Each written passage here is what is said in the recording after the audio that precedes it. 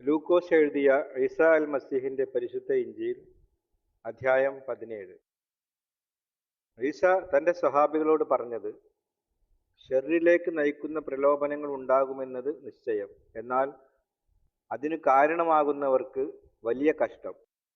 ഈ എളിയവരിൽ ഒരാളെ ഷെറിലേക്ക് നയിക്കുന്നതിനേക്കാൾ അവന് നല്ലത് അവന്റെ കഴുത്തിൽ വലിയ തിരികല്ല് കെട്ടി അവനെ കടലിൽ എറിയുന്നതാണ്.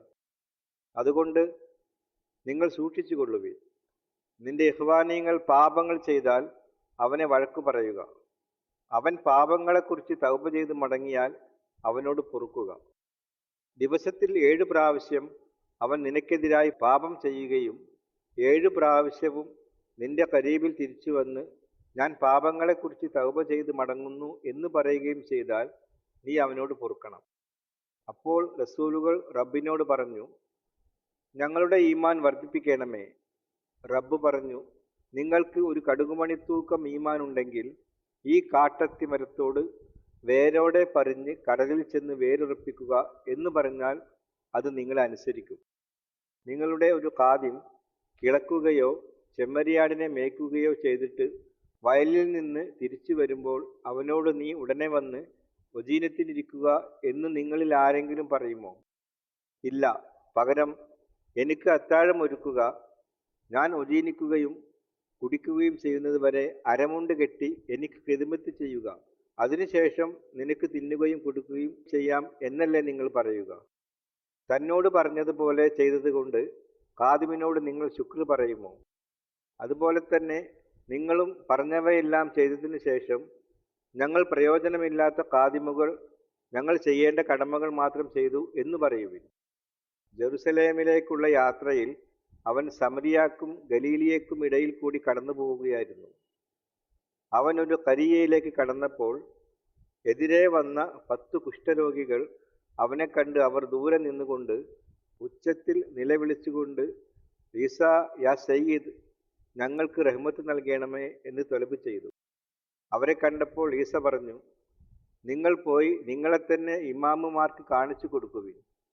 പോകും വഴി അവർ തൊഹൂറായി ശിഫയായി. അവരിൽ ഒരാൾ തൻ്റെ ദീനം ശിഫയായി എന്നു കണ്ട് ഉച്ചത്തിൽ അള്ളാഹുവിന് ഹംദ് ചെയ്തുകൊണ്ട് തിരിച്ചു വന്നു. അവൻ ഈസയുടെ കാൽക്കൽ വീണ് സുജൂദ് ചെയ്ത് ശുക്ർ പറഞ്ഞു. അവനൊരു സമരിയക്കാരനായിരുന്നു. ഈസ ചോദിച്ചു, 10 പേരല്ലേ ശിഫയാക്കപ്പെട്ടത്? ബാക്കി 9 പേർ എവിടെ? ഈ ജൂതനല്ലാത്ത ഇവനല്ലാതെ അള്ളാഹുവിന് ഹംദ് ചെയ്യുവാൻ മടങ്ങി വന്നവരായി ആരെയും കാണുന്നില്ലല്ലോ എന്ന് പറഞ്ഞു. ഈസ അവനോട് പറഞ്ഞു, എഴുന്നേറ്റ് പോകുക, നിന്റെ ഈമാൻ നിന്നെ ശിഫയാക്കിയിരിക്കുന്നു. അള്ളാഹുവിൻ്റെ രാജ്യം എപ്പോഴാണ് വരുന്നത് എന്ന് ഫരിസേയർ ചോദിച്ചു. ഈസ ഇജാബത്ത് പറഞ്ഞു, കാണാൻ കഴിയുന്ന അലാമത്തോടു കൂടിയല്ല അള്ളാഹുവിൻ്റെ ദുനിയാവ് വരുന്നത്. ഇതാ ഇവിടെയെന്നും അതാ അവിടെയെന്നും ആരും പറയുകയുമില്ല. അള്ളാഹുവിൻ്റെ രാജ്യം നിങ്ങളുടെ ഇടയിൽ തന്നെയുണ്ട്. അവൻ സ്വഹാബികളോട് പറഞ്ഞു, ഇബ്നുൽ ഇൻസാന്റെ ദിവസങ്ങളിൽ ഒരു ദിവസമെങ്കിലും കാണാൻ നിങ്ങൾ കൊതിക്കുന്ന വക്ത് വരും, എന്നാൽ നിങ്ങൾ അത് കാണുകയില്ല. അതാ അവൻ അവിടെയെന്നും ഇതാ അവൻ ഇവിടെയെന്നും അവർ നിങ്ങളോട് പറയും, എന്നാൽ നിങ്ങൾ പോകരുത്, അവരുടെ പിന്നാലെ പോകരുത്. കാരണം ആകാശത്തിൻ്റെ ഒരറ്റത്ത് നിന്ന് മറ്റേ അറ്റത്തേക്ക് ക്ഷണത്തിൽ മിന്നി എല്ലായിടവും പ്രകാശിതമാക്കുന്ന മിന്നൽ പിണർ പോലെ ആയിരിക്കും ഇബ്നുൽ ഇൻസാൻ ആ നാളിൽ. എന്നാൽ ആദ്യം അവൻ വളരെ അദാബുകൾ സഹിക്കുകയും ഈ തലമുറ അവനെ തള്ളിക്കളയുകയും ചെയ്യണം. നോഹിന്റെ കാലത്ത് സംഭവിച്ചതുപോലെ തന്നെ ആയിരിക്കും ഇബ്നുൽ ഇൻസാന്റെ കാലത്തിലും സംഭവിക്കുക. നോഹ് പേടകത്തിൽ കടന്ന ആ ദിവസം വരെ അവർ തിന്നും കുടിച്ചും നിക്കാഹ് ചെയ്തും നിക്കാഹ് ചെയ്തു കൊടുത്തും ജീവിച്ചു. വെള്ളപ്പൊക്കമുണ്ടായപ്പോൾ സകലതും ഫസാദായി. ലൂത്തിന്റെ കാലത്ത് സംഭവിച്ചതും അങ്ങനെ തന്നെ ആയിരുന്നു. അവർ തിന്നുകയും കുടിക്കുകയും വാങ്ങുകയും വിൽക്കുകയും നടുകയും പണിയുകയും ചെയ്തുകൊണ്ടിരുന്നു.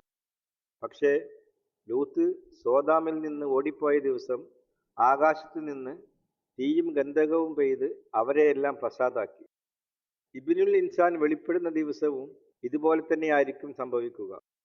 ആ വക്തിൽ പുരമുകളിലായിരിക്കുന്നവൻ പുരക്കകത്ത് തൻ്റെ സാധനങ്ങൾ എടുക്കാൻ ഇറങ്ങിപ്പോകരുത്. അതുപോലെ തന്നെ പാടത്ത് ആയിരിക്കുന്നവനും പുരയിലേക്ക് പോകരുത്. ലൂത്തിന്റെ ബീവിക്ക് സംഭവിച്ചത് ഓർക്കുക. സ്വന്തം ഹയാത്തിനെ രക്ഷിക്കാൻ നോക്കുന്നവനെല്ലാം അതിനെ നഷ്ടപ്പെടുത്തും. എന്നാൽ തൻ്റെ ഹയാത്തിനെ നഷ്ടപ്പെടുത്തുന്നവർ അതിനെ രക്ഷിക്കും. ഞാൻ നിങ്ങളോട് പറയുന്നു, അന്നു രാത്രിയിൽ ഒരു കട്ടിലിൽ 2 പേർ കിടക്കും. ഒരാൾ എടുക്കപ്പെടും, മറ്റേയാൾ ഉപേക്ഷിക്കപ്പെടും. 2 ഹുറുമകൾ ഒരുമിച്ച് ധാന്യം പൊടിച്ചു കൊണ്ടിരിക്കും. ഒരുവൾ എടുക്കപ്പെടും, മറ്റവൾ ഉപേക്ഷിക്കപ്പെടും. 2 പേർ പാടത്തായിരിക്കും. ഒരാൾ എടുക്കപ്പെടും, മറ്റേയാൾ ഉപേക്ഷിക്കപ്പെടും. സ്വഹാബികൾ ഈസയോട് ചോദിച്ചു, റബ്ബേ, എവിടെയാണ് ഇത് നടക്കുന്നത്? മയ്യത്ത് എവിടെയാണോ അവിടെയാണല്ലോ കഴുകന്മാർ വന്നുകൂടുന്നത് എന്ന് ഈസ പറഞ്ഞു.